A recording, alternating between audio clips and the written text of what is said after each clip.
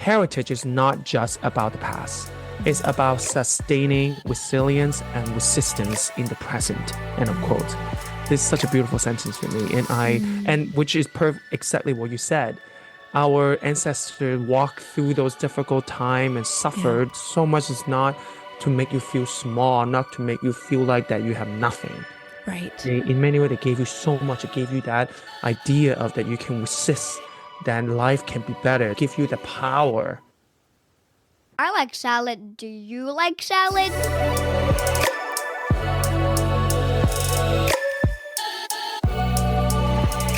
Welcome to Canadian Salad, a fun, factual, and friendly podcast about culture and integration in Canada.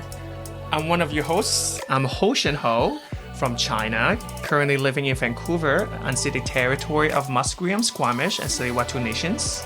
And I'm your other host, Andrea McCoy, an immigrant from the United States, broadcasting you from the unceded traditional territory of the Lekwungen people, the Songhees and Esquimalt First Nations. And you're listening to Canadian Salad.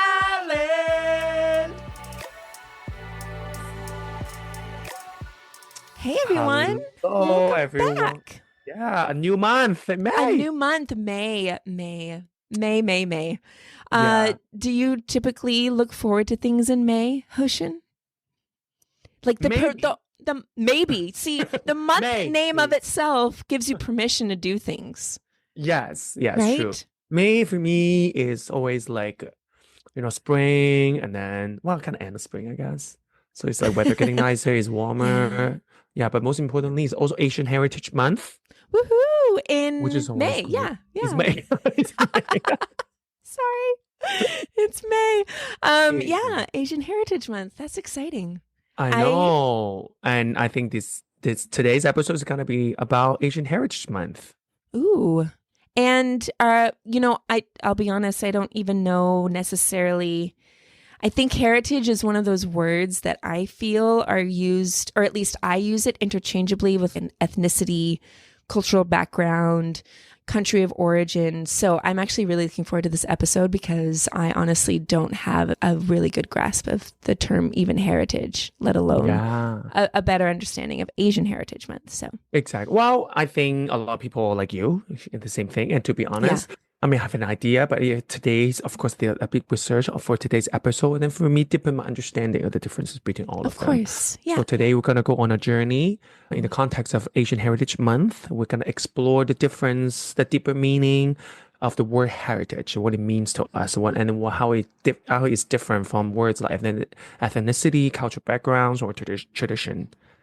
Awesome. Exactly. I'm really excited to learn. Me too.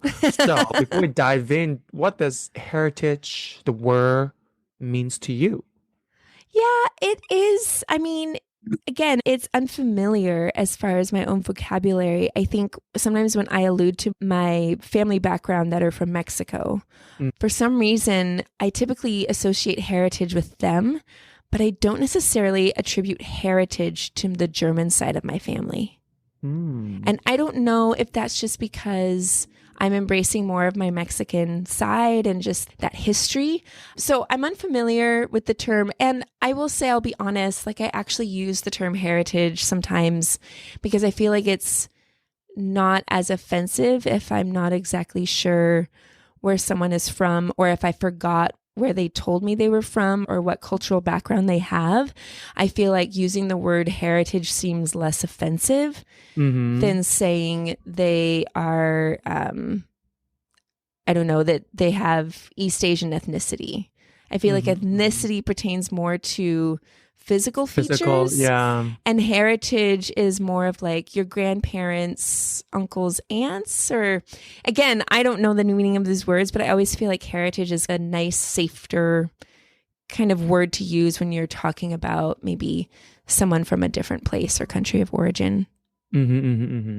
I mean, I understand that. I think a lot of people use, like, for example, ethnicity usually definitely relate to people's physical appearance and then group them together. And, you got a similar ethnicity, right? So, like, a lot of ancestry, kind of DNA, genome involved with that. Yeah, I can see that.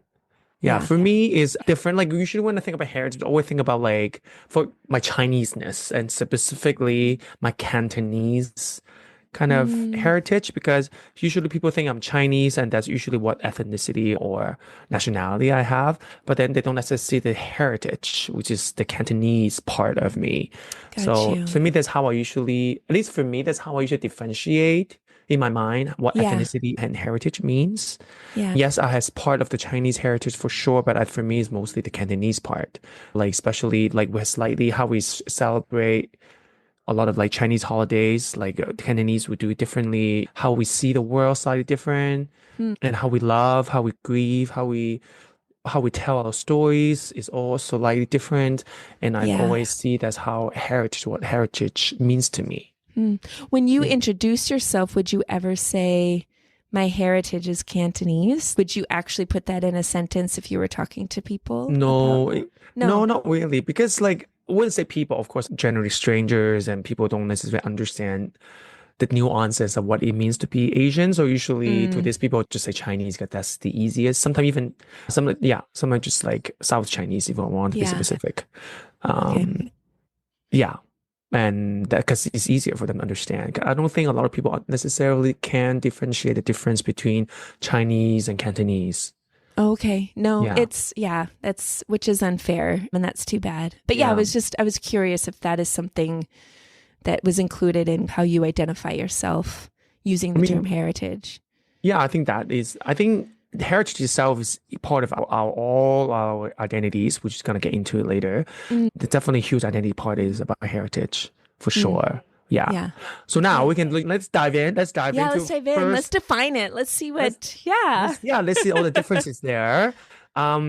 UNESCO, I actually cited UNESCO here for their help to define those words. Okay. Heritage in general encompasses a much broader concept Okay. rather than ethnicity, cultural background, and tradition.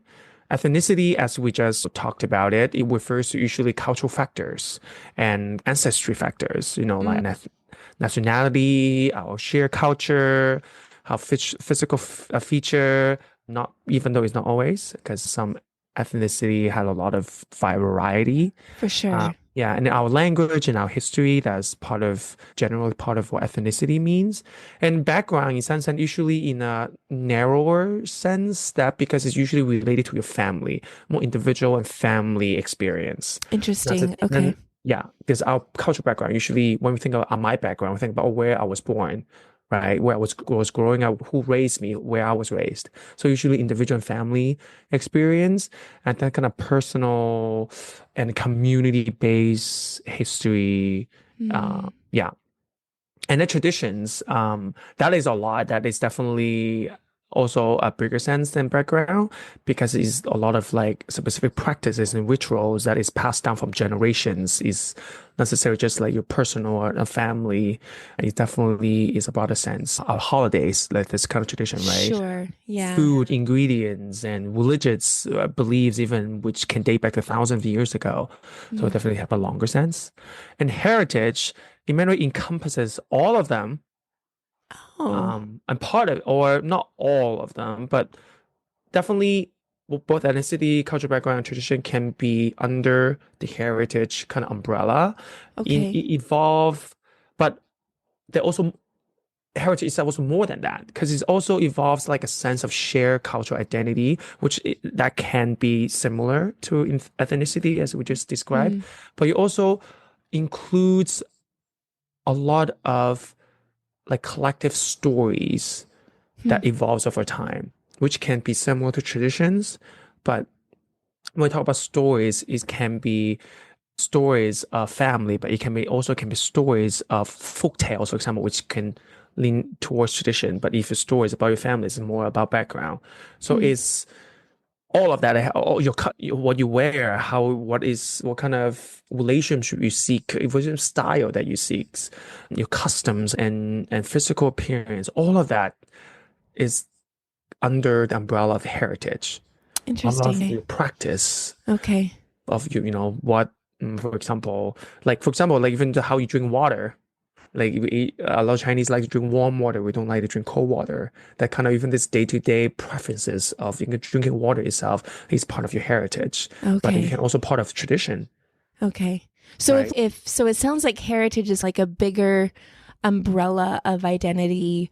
And then the smaller pieces underneath that would be ethnicity, background, tradition, language, culture. So You can is say that, that yes. right? Like it's a very larger, much more broader Yeah. term But to the thing is, heritage itself, for example, for yeah. ethnicity, that's different. Like heritage itself also slightly different from all of them. For example, heritage versus ethnicity. Ethnicity, as you mentioned, there's a lot of, sometimes we attribute a lot of like physical appearance to ethnicity, but not Yeah. heritage. You know, Right. maybe Right. a black person or a half black person, let's say, well, maybe they appear very black, but then maybe half their parents, the other part of parents Asian, for example, and maybe he or she was raised in majority in Asia, for example, then maybe their heritage is very different Sure. than their ethnicity. Hmm. You know what I'm Okay. saying? So it's not Okay. necessarily about appearance, but ethnicity in many ways sometimes is related to your physical feature. Okay. Okay. Yeah. I'm starting to understand. So maybe if we go deeper, maybe, yeah. Yeah, we will go different. Yeah, but Yeah. in general sense, you are right that heritage is like a way broader term that encompasses all the things that we Okay. just talked about. Okay. I'm But not also, totally off the target. yeah, I know sometimes these kind of words, how to say, like we interchange, but there's the reason why we in daily conversation we constantly interchange Interchange those them. words Yeah. because they have a lot of overlap, but also in certain specific situation to a certain specific person, those words may Mm, have to use precisely. for Um, sure. For yeah, sure. so there's reasons for Hmm. that. Yeah. Okay. And then the thing we don't explore is like heritage itself as is a very living, evolving concept because of often they're not only think about heritage as like an old thing, like that is already past. What Yeah, is in history is in the history, is exactly. in the story. It That's how I doesn't, use it. Yeah, yeah, it exactly. doesn't not involve anything that is happening right now. What is happening right now, we don't necessarily see it as what's happening right now as part of the heritage. But that's not true. Heritage itself is not a static concept. It's Hmm. constantly shaped and redefined by people who lives it and by the changing realities of a multicultural world. Especially nowadays, there's a lot of interchanging, a lot of like cultural exchange happening. Our Hmm. heritage, how we see heritage is constantly evolving. The notion of heritage, especially that involves memories, that involve history and identity, is Hmm. how we remember our ancestors and how those memories shape our current lives, right? Hmm. And our current lives also keep changing, that also That's shapes true. what comes after us. For That's example, true. like in Asian cultures and diaspora communities across the world have modified their heritage to adapt new environments. There's a lot of cultural fusion and Sure. cultural hybrids even that play a significant role in the reinterpretation of heritage. For example, I think if you ask a Filipino, for example, with the colonization happened, the Spanish rooted influence, their culture, how it hybrids into them, that a lot of Filipinos also have a different idea of what their heritage means to them. That usually colonization is a big part of it as well. Hmm. And same as the Mexicans, right? They can Sure. see themselves with the linear heritage of, for example, Inca or Mayan, but then also depends how much Spanish influence in their heritage, in their ancestry. They may also interpret part of their heritage as the Spanish from the Spanish side.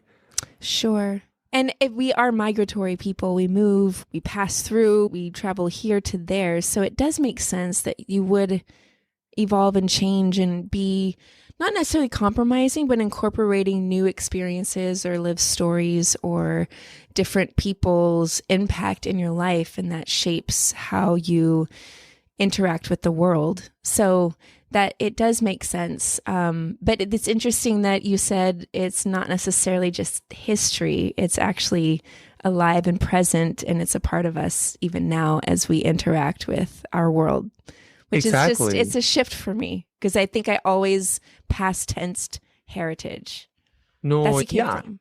exactly. Well, yes and no. Yes and no. What is happening in the past affects us right now, how we see it, Right. how we see the world, how we perceive the world. Like it gave us the kind of the tool to foresee or influence us to make decisions in our current lives. But then our current lives, like the life we're living now is very different than 50 years ago, for example. And Hmm. then how much cultural mixing that's involved also very different than Sure. 50 years ago. So that's Sure. why our heritage is constantly evolving. Like Sure. right now, just seeing my mom's generation and my generation, my mom sees heritage very differently than I see heritage. My mom sees heritage as living in a small town and living only predominantly only in China. She sees her heritage as being like a Chinese woman, being like stay at home, taking care of family, being that kind of mother role, this kind of giver role is Mm. she sees how she sees her heritage.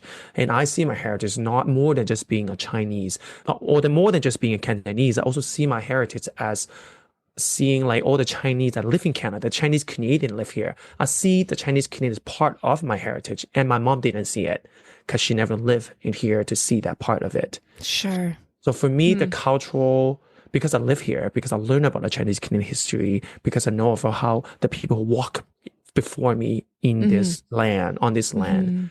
I see that part of also my history. Though, so I Mm. change kind of my perception of history because my life's here. So it Mm. evolves my concepts of it. Yeah. Hmm. So that's another example of this kind of how culture make me reinterpret what heritage means to me.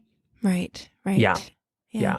So I think as the world being more globalized, our culture also being more globalized as well, right? Then a Yeah. lot of Asian communities have to, in some sense, even like balance and engage in with the modern world, with any every other communities and cultures. That definitely would lead to new forms of heritage or identities, heritage identities in the modern world for sure. So that's definitely that how we should always see heritage as like a evolving thing. Hmm. But that also lead to another conversation, right? That when we talk about Always. especially, yeah, because now we talk about like Asian Heritage Month. So how do we Yeah. see it? Like how now that we, if you see heritage itself is like like always evolving. Yeah. So how can we bring Asian Heritage Month to a new height, to a broader conversation of Hmm. new identities, new Hmm. interpretations, what it means to be Asian? Hmm. You know, we definitely have to part of it, I think, is also had to re-examine that. Like I just told you, like I realized that I just have a new understanding of heritage since I Yeah. moved to Canada, learning about Hmm. Chinese Canadian history. I see that part of my as part of now new aspect of heritage, right? That is the new identity that I kind of adopt. I see I have that kind of I guess responsibility, Hmm. a newfound appreciation of the Chinese Hmm. that is before me and how I see Canada as well. Hmm. um, and a new responsibility to help to contribute even more to the Asian communities here, especially to Yeah. our elders, for Yeah. sure, because that's Hmm. what the elder did for us, and now I also want to be those people who contribute for the next generation. Yeah. And also like being queer, being like Sure. welcome to my queerness in my Asian communities here, Hmm. like with especially with rice cake. I also put Yeah. that part of it also becomes part of my heritage that I was not having it when I was in China because my queerness was not part of my heritage, not part of my Hmm. identity. I wasn't allowed, Hmm. right? Right. That's part Right. of that, the evolving part as well. And then, so we always have to remind that Asian heritage itself is such a fluid, has such fluidity in it, Hmm. is such like a, it can be so hybrid, so complex, is in this kind of interdisciplinary, intersectionality that we talk about many times. Yeah. That's So we have true. to definitely Hmm. remind that. And the Chinese Canadian here, like another example is Chinese, just let's say Chinese itself. Yeah. The Chinese here and the Chinese lives in Mexico, or the Chinese that lives in, Mm. I don't know, Japan will be very different. Hmm. Hmm. Had different interpretation of identity because of the Hmm. Chinese here, the Chinese Canadian here. They will labor. They have Chinese. They have to. A lot of Chinese Canadian definitely emphasize the legacy of the Chinese Canadian laborer that were brought from China and then being like, as some sense, doing being slaves Labor. Yeah. labor, like being Mm-hmm. pay penny and do all the work and not being recognized. And the fact that of like tax, all of this part of the Right. heritage here.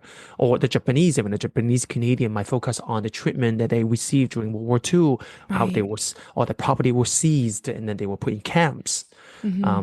And the South Asian and the Southeast Asian here might discuss the aftermath of like war, for example, the war to Vietnam, which Canada was participated in, the displacement, and a lot of Southeast Asian refugees have fled there. So the Yeah. migration here also may be part of their heritage. All of that, it's just part of heritage. That is Yeah.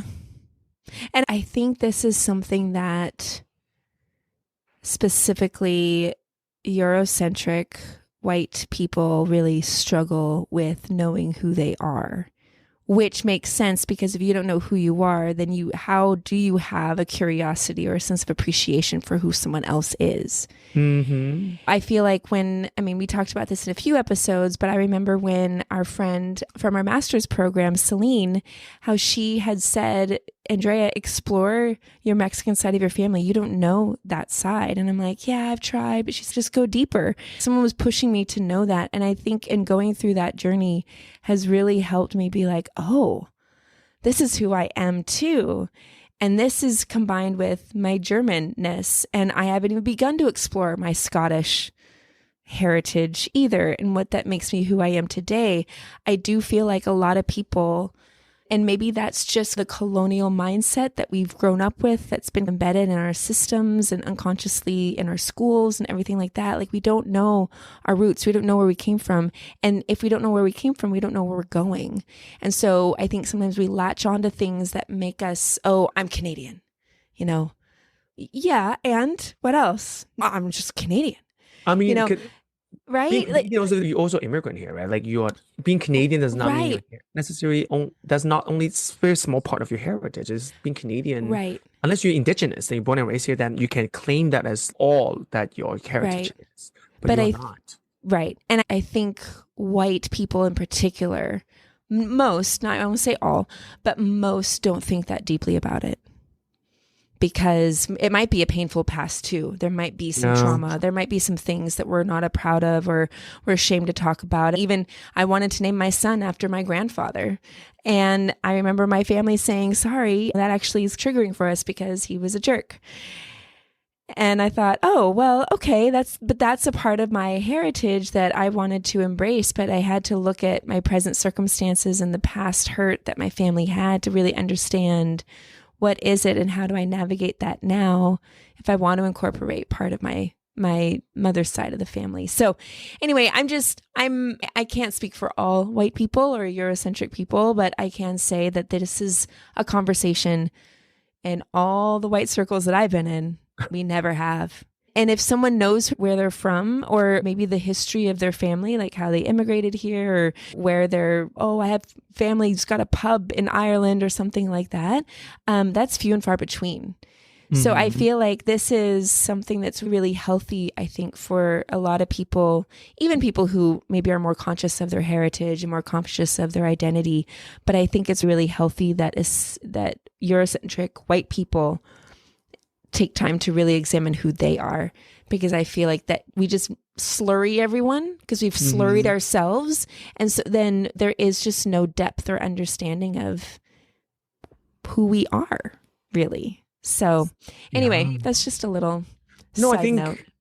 I think it's important to know. I think it's definitely, for me, I know my heritage, knowing, for example, again, knowing the Chinese Canadian history here, give me a new sense of purpose of why I'm in Canada. So I think knowing where you're from, what your past was, heritage-wise, from the history, from the stories, it's important to shed a light on, why am I here? What am I doing with my life? What this last name means for me?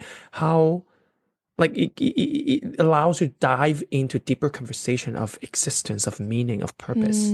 For me, at least, is how it is. And it gives me deeper meanings when I go to, or when I see a Chinese elder, when I get into like Chinese spaces, when I go to a Chinese Canadian museum, just because I know more of the Chinese Canadian heritage here. Yeah. It gives me so much more insight. It does. It does. Purpose when I enter a space and see a person.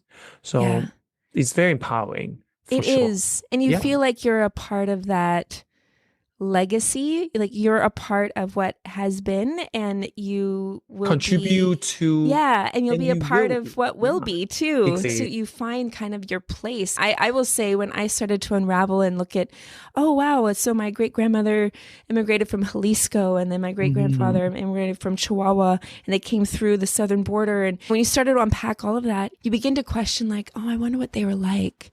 I wonder what dishes she brought with her when she traveled. I wonder what was her home like?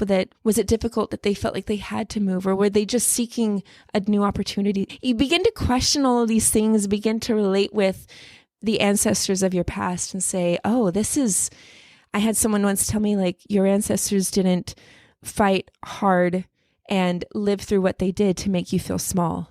Oh my God, I love that. That is Yeah. so true. Right. Yes. And so when you hear that and you're like, oh my gosh, yeah, that's so why am I making myself less than what I actually embody?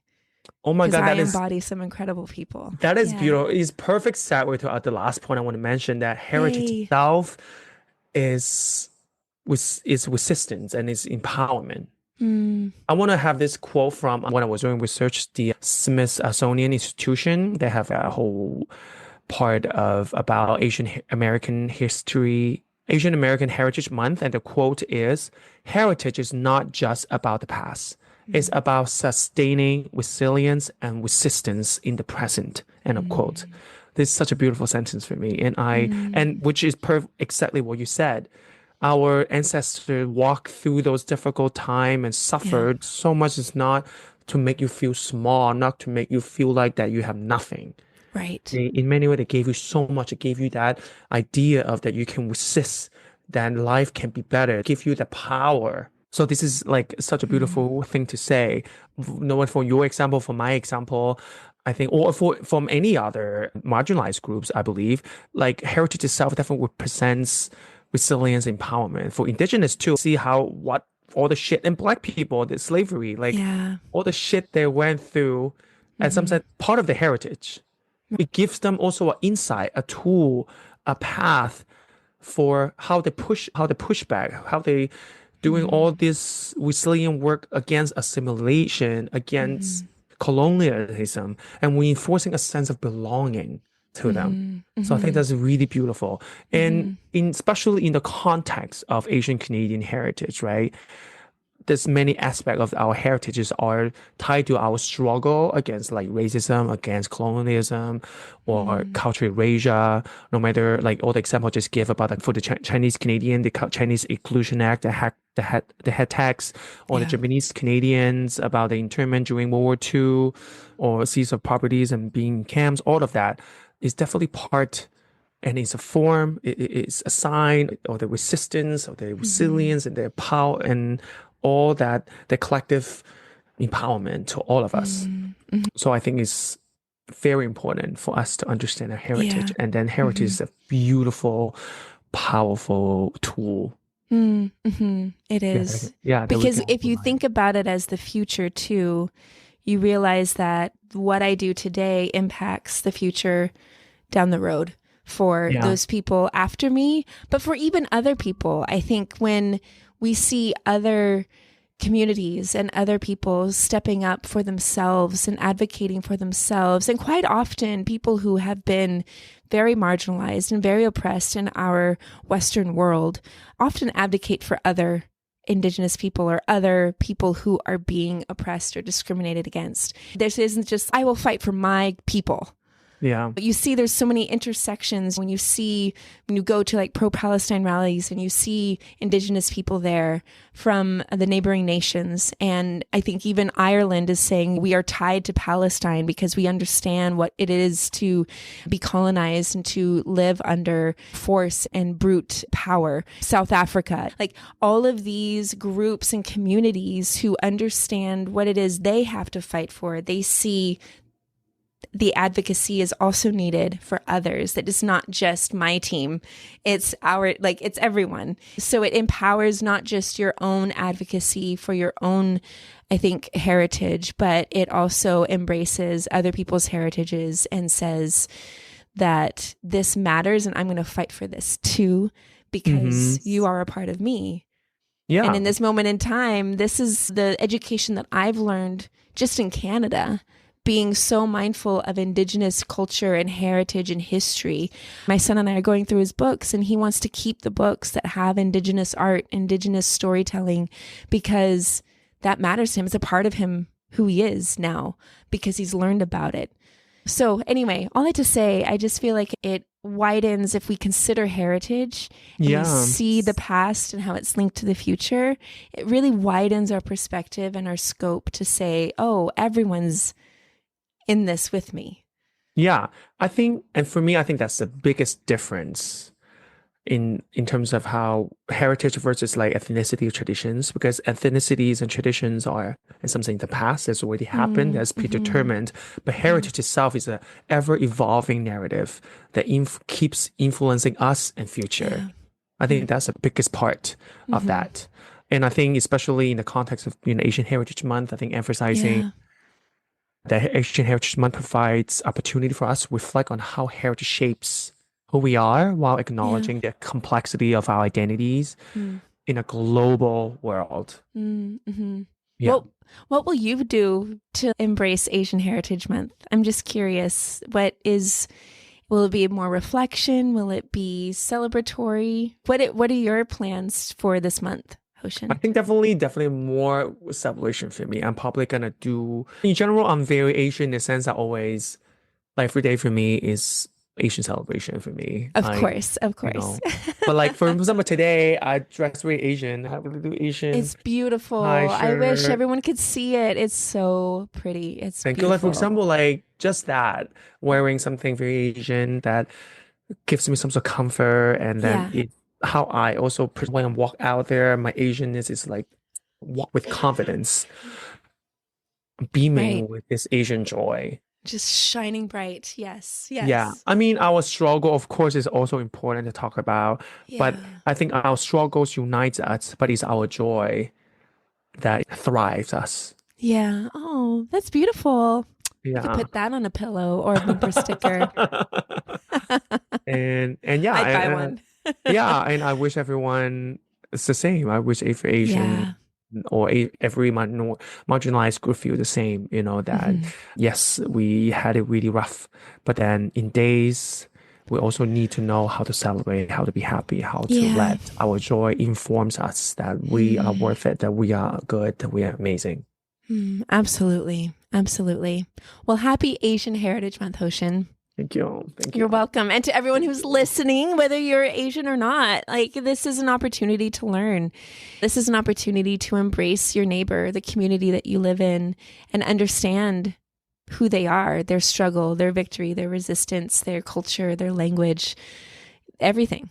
And learn about their heritage, learn about their heritage, Yes, the history, exactly. not just where they're from, but also their heritage here in Canada. Yeah.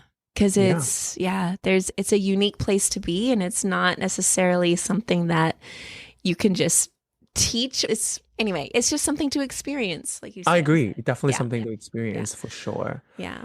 Well, thank you, Okay, Hoshin. Thank no you so much for problem. this Thank episode. I learned a you. lot. I have a better understanding of heritage, I can say.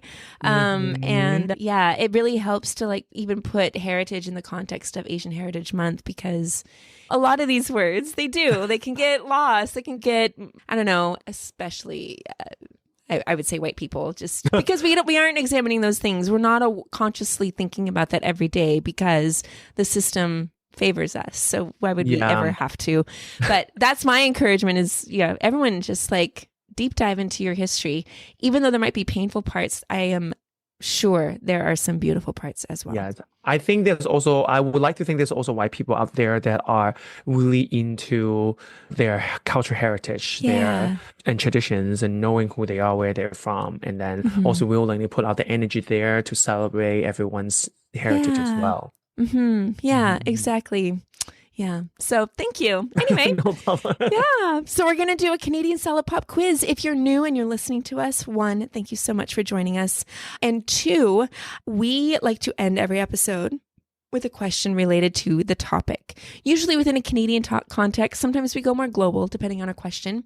Hoshin and I Hmm. do not know the answer to each other's questions, but we are going to quiz each other. And if you are listening, maybe you know the answer and you can just play along with us. So, Sounds good. Hoshin, would you like to go first? Yes, I would Okay. love to go first. And the question is, now Okay. that we're about heritage, how many, based on UNESCO, obviously, UNESCO, Okay.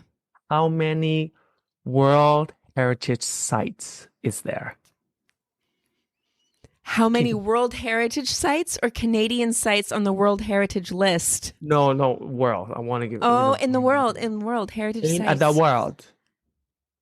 Oh, isn't like all of the world a heritage site? How many? I'm gonna say 500. 500. Yeah. I'll give it another one. Another guess? Another opportunity? Another guess. Okay. More. Okay. 1 million. Okay, then wait. Did I go too high? Yeah. So. Oh, dang. Okay, I'll go lower. 5,000. 5,000 is final answer, right? Yes, that's final answer. The answer is 1,223.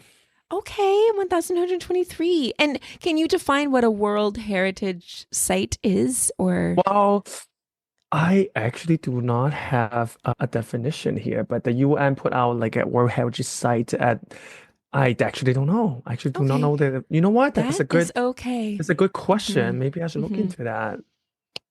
But yeah, I assume it's a sites that have cultural and meaning to cultural meaning, significance to whatever culture they reside. Yeah. Well, I think you're absolutely right, because my question also has to do with that, but it's on the Canadian context. How many World Heritage Sites are in Canada? So there's World Heritage Sites, and of course they're all over the world. 22. Rude. Did you have it in front of you? I do have it in front of me because I had the list. Shoot. Okay, so yes, there's 22 World Heritage Sites. You got it. Ding, ding, ding. Even though it was cheaty. In some sense, we have the same question. We did. Yes. Because I'm talking about the world sense. You talk about the Canadian sense. Canadian sense, yeah, which is good to have both. You can go to the Government of Canada and you can look at the 22 sites that are on the World Heritage List. There's a bunch of them: the Canadian Rocky Mountains, Wood Buffalo National Park. There's some French ones I can't pronounce. So yeah, it's pretty cool.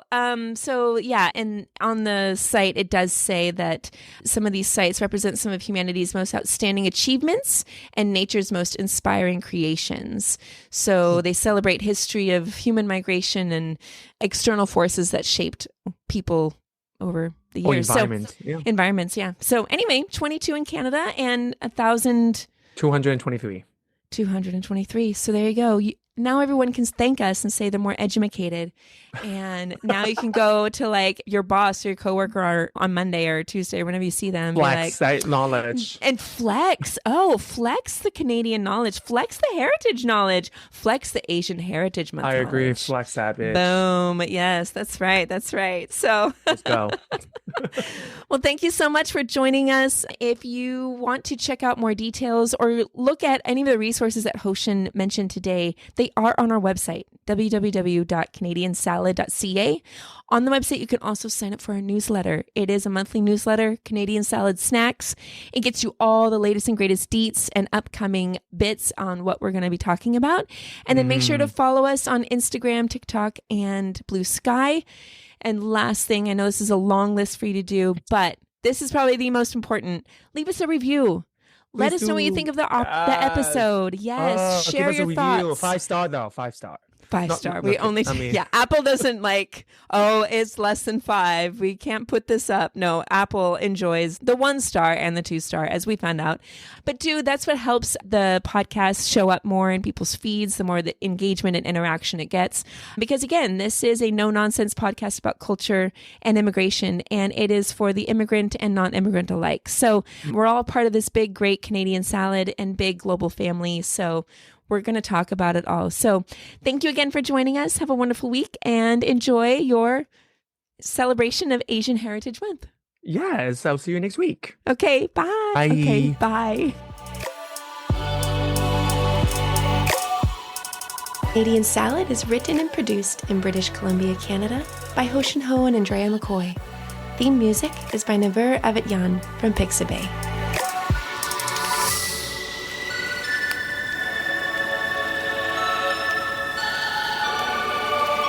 This has been a good Drinklin production.